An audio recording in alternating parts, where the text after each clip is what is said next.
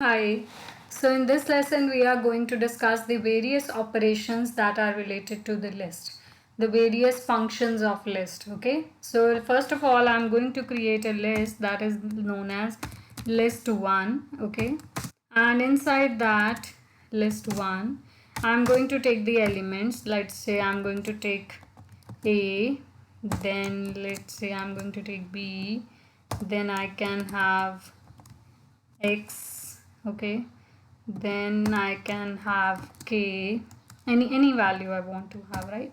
Now, so see, we have already, now I'm going to print this list first. Okay, so we have already discussed that all the elements of my list are going to get stored at a particular index. Okay, now see, according to the indexing scheme, the very first element is stored at index 0, then 1, then 2. So I want to change this x. Instead of x, I want to have a value. Let's say I want to have a value which is Xerox. Okay, I want to print a value Xerox instead of x only, right? So that means I want to make a change in the existing value of the list. So how I can do that? I'll write list 1 and for the index 2, 0, 1, 2. For the index 2, I want to give a new value which is equals to, let's say I want to write Xerox. Okay, and now I'm going to print that list again. So now you will notice that your list is going to have Xerox instead of X. See. Okay, so this is how I can change the existing value of my list. Okay, next thing that we are going to discuss, that how we can add an items to our list. I want to add a new item to my list. How I can do that? First of all, I need to write a message adding an element. Okay, how I can do that? I'm going to write name of the list, that is list 1 dot append. Inside append I'm going to give a value. Let's say I'm going to give a value that is added. I'm going to give a value that is addition. Okay, and I'm going to print the list after this addition. Okay, so let's just print this and let's just run this. So see, it is giving me the value addition.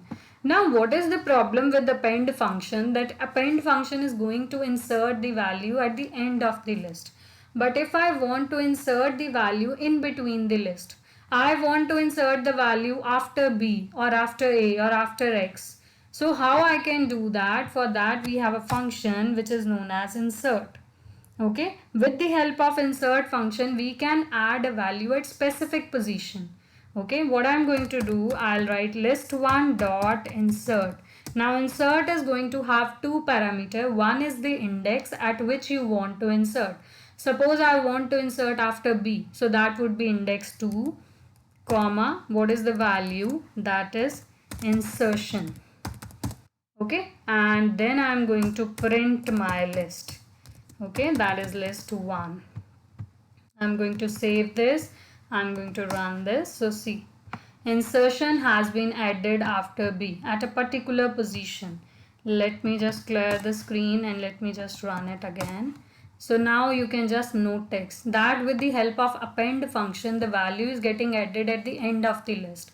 But if I want to add the value in between, okay, if I want to add the value at a specific position of my list, then we can use insert function. Okay, insert function is going to take two parameters. One is the index at which you want to insert and second is the value which you want to insert. Okay, so this is the difference between your insert and your append function. Okay, so now what I'm going to do, I'm going to tell you how you can remove an element from a list. Okay, how you can do that? There are different ways of doing that. First of all, I'm going to use the function that is remove.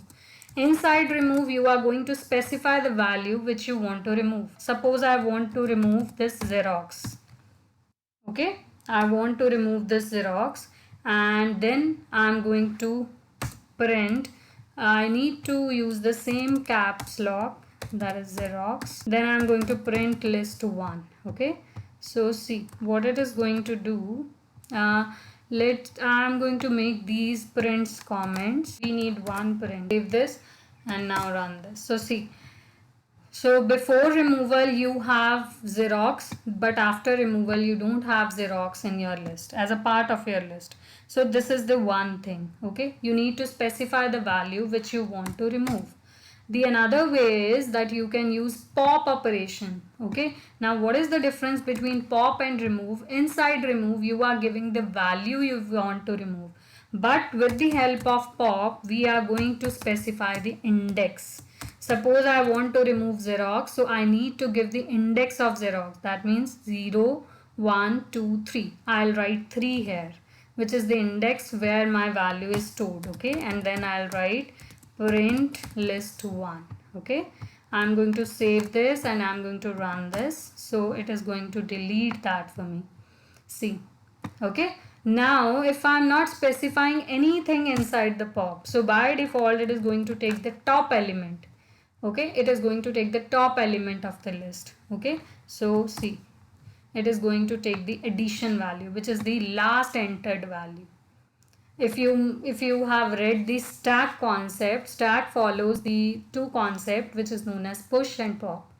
Pop says the last element which you have entered, I'll delete that very first. So if you are not specifying which element you want to delete, then by default it is going to pop the last element of the list, okay? But if you want to delete the element by specifying the index, then your remove won't work. You need to specify the pop, okay? Now what clear is going to do, clear is going to clear your list, okay? How that is going to do, that is a function.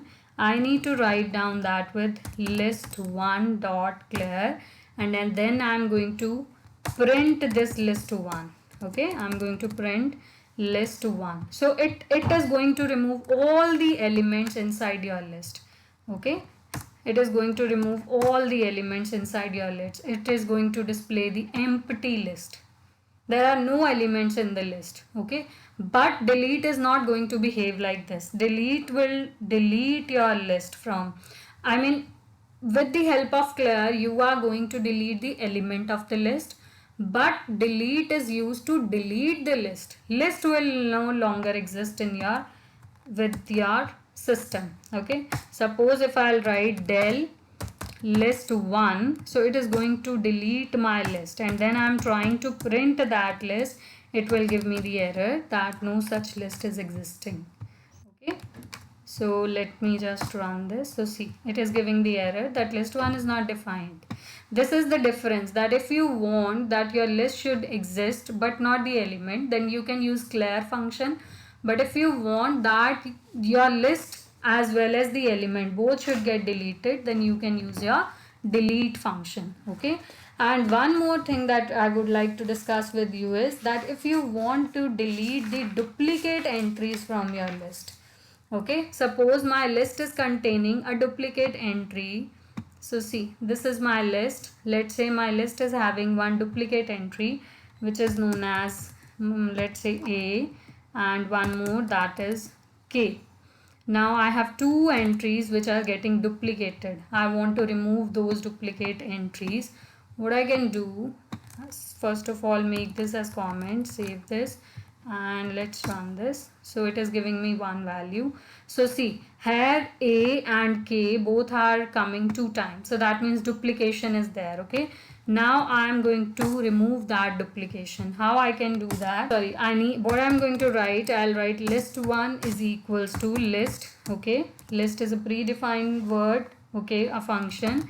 Inside that I'm going to write dict dot from keys, okay? Now this is, I'm talking about dictionaries, okay? From keys, and remove that, okay? And then I'm going to print that list, okay? So you will see that it is going to delete all the duplicacy from your list, okay? So see, now there is no duplicacy. Earlier the A and K are repeating, but now there is no repetition. How it is going to work? List is a predefined function, but as I have told you that first of all inner functions are going to work. So this is the inner function. dictionary dot from keys. Now from keys is what? This is a dictionary function which is going to fetch all the key values. Now who are going to behave like keys here? That is your values. So it is going to fetch all the values and it is going to remove all the values from the list 1 which are getting duplicated. Okay, so this is how you can remove the duplication in your list. Okay, and the next one is that if you want to create a copy of the list. Okay, so I'm going to create a new underscore list which is equals to list1 dot copy. Okay, and then I'm going to print this list, that is new underscore list. Okay, I'm going to save this and I'm going to run this. So see, it is giving me the copy of the list. Let me just make this statement as comment. Okay, and now I'm going to run it again. So it is giving me the copy. Can you see this? It is giving me the copy of the list. Okay, we do have, yeah, one is we are printing the list. Okay, so it is the copy, or you can try it with a new list as well. Let's say I'm going to take a list which is equals to numbers is equals to, I'm taking numbers because these are simple to add. Okay, so this is my list. Okay, now I'm going to create a new underscore list which is equals to numbers dot copy. Okay, and then I'm going to print this new underscore list, and before that I'm going to print numbers as well so that you can notice the difference, right? So this is the difference, that is numbers. Okay, and let me make all this as comment. Okay, fine. So save this, and now let me clear the screen and let me run it. So see, it is giving me the copy. This is the one way of doing the copy, or the another way is you can write like this, that is new underscore list is equal to, that is numbers. Okay, but if you have gone through the previous lesson that is related to the dictionary, I have explained in detail that what is the difference between making a copy using copy function, or if you are copying using assignment operator. So you can go through that, the same difference would be applicable here. You can go through that once, and if you have any problem you can just ask me. Okay, so see, it is going to create the copy. Okay, what is the difference? I'll tell you in brief here, that with the help of assignment operator, if you try to make any change in number, those change would be reflected in new list, but with the help of copy that won't be possible. So if you are making change in one list, that would be reflected only to that list, right, not to the new list. Okay, and there is one more way of doing the same thing, that is if you want to make a copy of one list, what you can write, you can write new underscore list is equal to list, and inside that you can write numbers.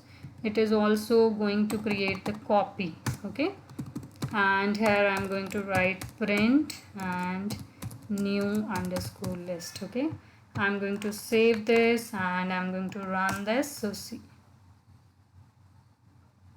yeah, actually by mistake I have given the wrong spelling, so that is why. Okay, so see, it is giving me the copy. So these are the three different ways.